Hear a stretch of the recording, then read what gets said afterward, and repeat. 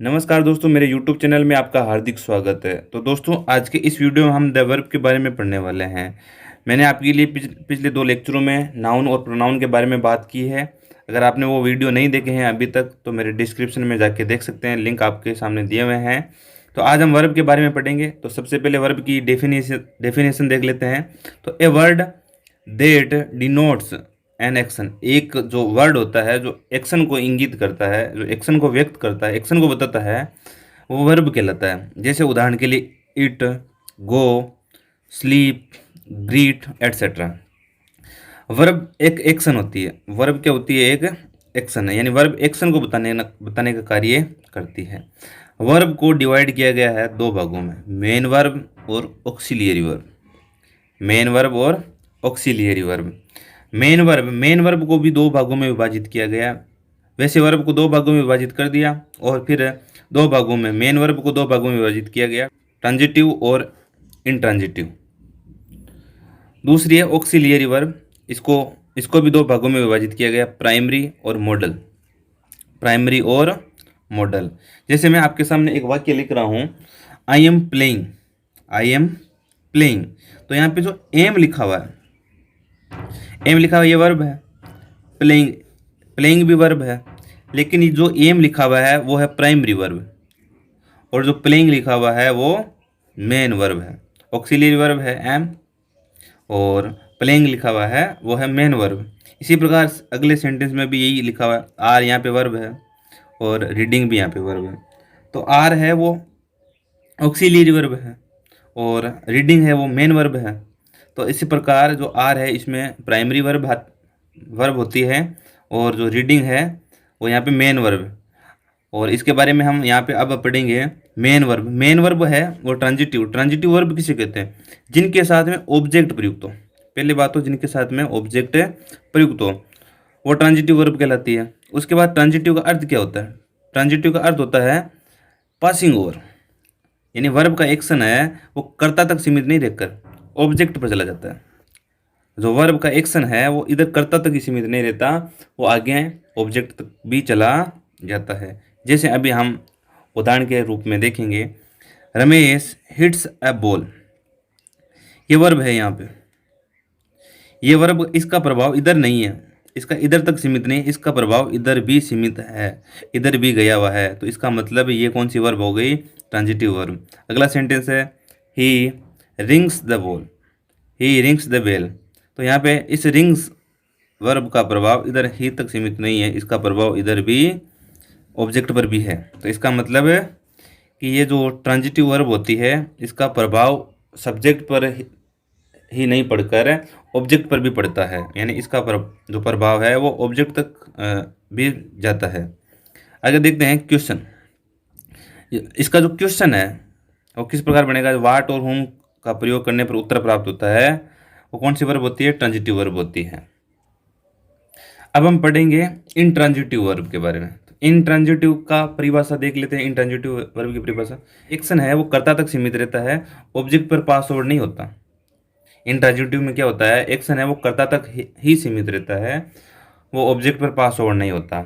जैसे ही स्लीप्ड या slept in the bed. He slept in the bed. तो ये यहाँ पे जो वर्ब है स्लेप्ट, इसका प्रभाव इधर तक ही सीमित है, इधर पास ओवर नहीं हुआ, बेड तक पास ओवर नहीं हुआ। अगला है श्याम स्पीक लाउडली।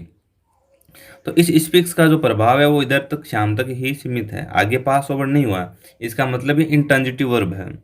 और ये ध्यान रख लेना, यहाँ पे मैंने नोट आपके लिए लिखा है, अधिकांश वर्ब का प्रयोग ट्रांजिटिवली और इंट्रांजिटिवली दोनों प्रकार में होता है। ये ध्यान रख लेना, अधिकांश वर्ब का प्रयोग ट्रांजिटिवली और इंट्रांजिटिवली दोनों प्रकार में होता है। जैसे अभी आपके सामने हमें उदाहरण दूंगा, he speaks speaks the truth.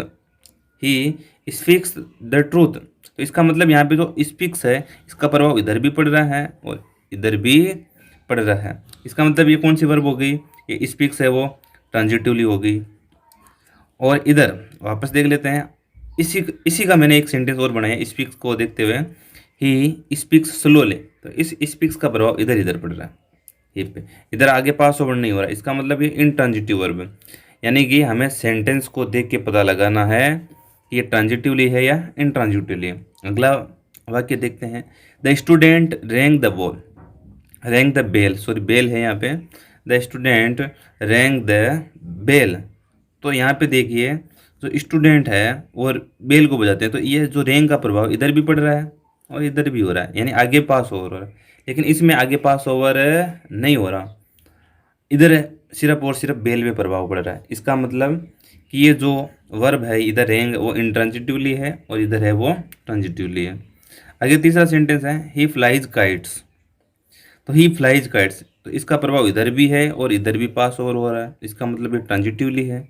और इसमें फ्लाइज, इसका प्रभाव आगे नहीं हो रहा, इसका मतलब ये इंट्रांजिटिवली है। अब यहाँ पे देखना, ये एक मैंने एक आपके लिए और नोट लिखा है, किसी भी वर्ब होती है उसके लिए ये कहना गलत है कि वह ट्रांजिटिवली है या इंट्रांजिटिवली।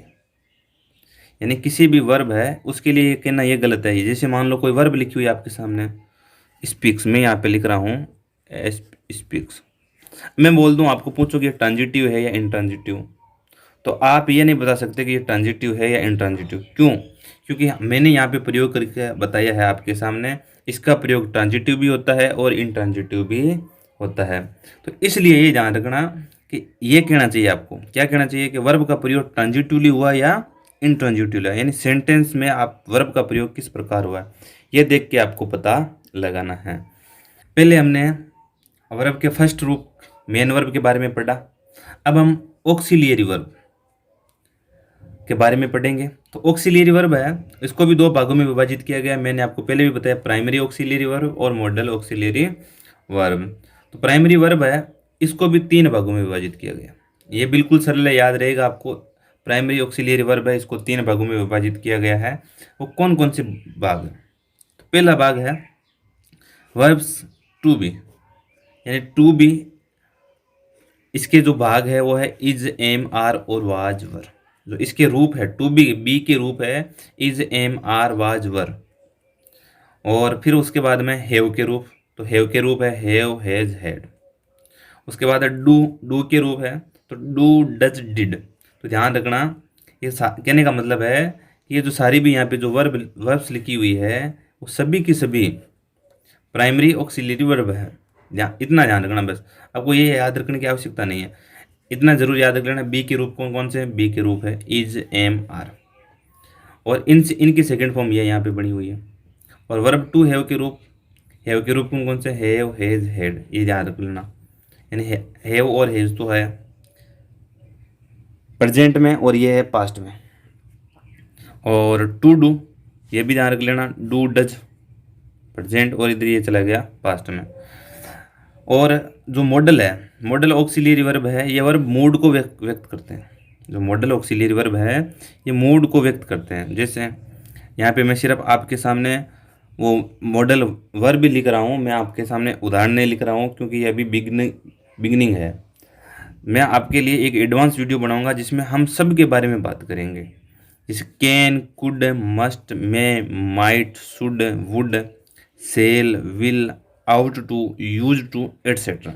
इस प्रकार की जो भी वर्ब आपको दिखाई दे इसका मतलब कि वो मॉडल है।